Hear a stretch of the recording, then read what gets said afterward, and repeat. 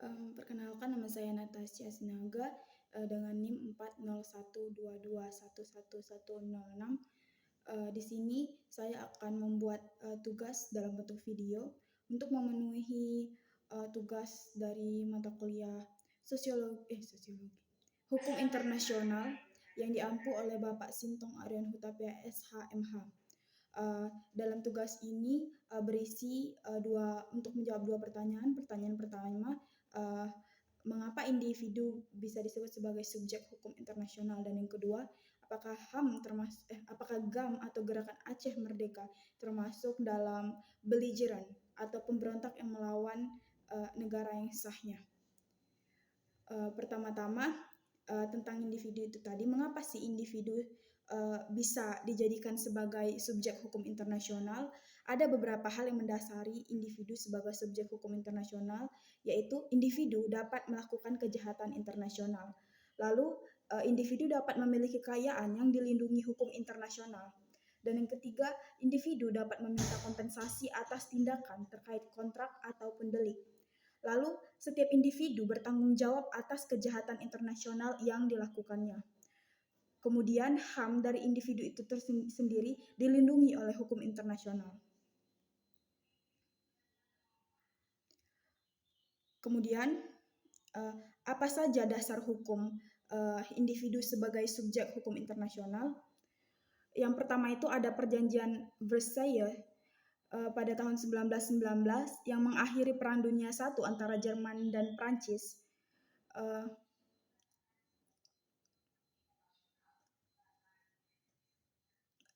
Menyatakan bahwa orang perorangan dapat mengajukan perkara ke Mahkamah Arbitrase Internasional. Kemudian ada Perjanjian Upper Silesia 1922 antara Jerman dan Polandia. Kemudian ada Danzig Railway Officials Case atau PCIJ 1928. Kemudian ada IMT Tokyo tahun 1945.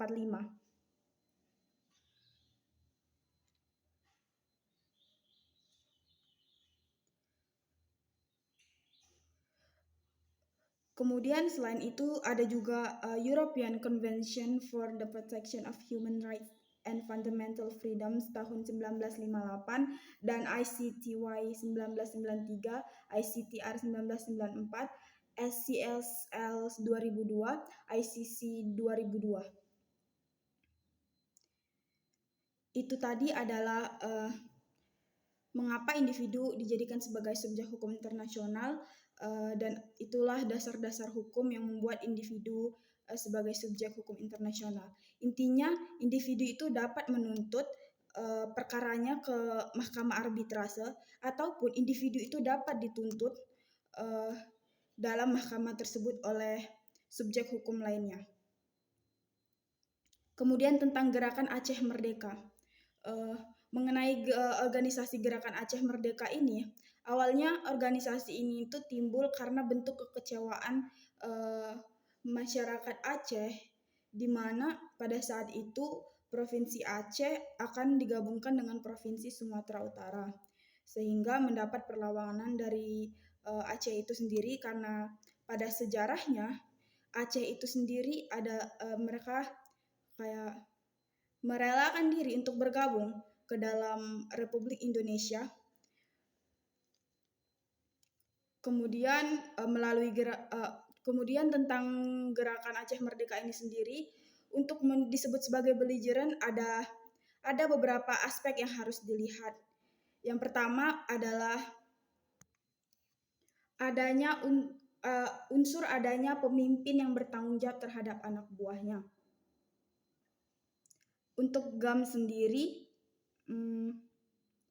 mereka memiliki pemimpin atau angkatan perang GAM itu memiliki pemimpin, yaitu Panglima Agam yang bernama Abdullah Syafi. Jadi untuk ketentuan yang pertama ini sudah terpenuhi. Ketentuan yang kedua, unsur menggunakan lambang pembeda dan seragam yang dapat dilihat dari kejauhan. dapat kita ketahui kalau organisasi GAM ini memiliki seragam. Seragam yang digunakan oleh pasukan GAM dalam hal ini adalah seragam doreng hijau, kadang-kadang menggunakan topi baret. Namun ada kalanya mereka hanya menggunakan topi biasa berwarna hijau, menggunakan peci, atau bahkan tidak menggunakan topi sama sekali. Dan GAM sendiri juga memiliki benderanya, yaitu dengan dasar merah dengan lambang bulan sabit dan bintang. Jadi yang kedua ini sudah terpenuhi. Lalu yang ketiga adalah unsur menggunakan senjata secara terbuka. Secara demonstratif pasukan Agam beserta pasukan Inong Bale maupun tentara anak yang mendukung GAM selalu tampil menggunakan senjata secara terbuka. Biasanya senjata yang mereka gunakan itu adalah senjata AK-47 atau M16. Jadi unsur yang ketiga ini juga terpenuhi.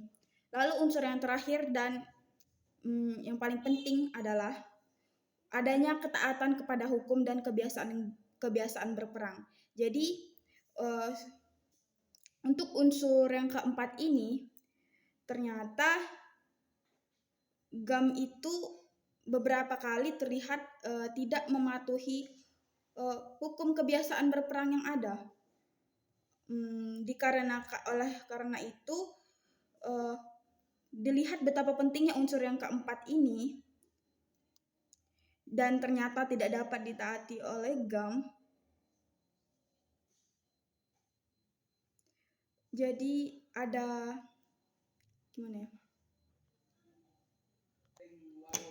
Jadi berdasarkan unsur tersebut sebenarnya bisa dilihat GAM ini tidak sepenuhnya dapat dikualifikasikan sebagai kelompok bersenjata yang sesuai dengan ketentuan yang ada. Jadi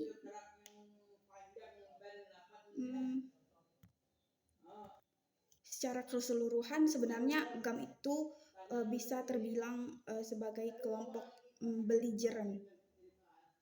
Sekian dari saya, jika ada salah kata saya mohon maaf. Selamat siang dan terima kasih.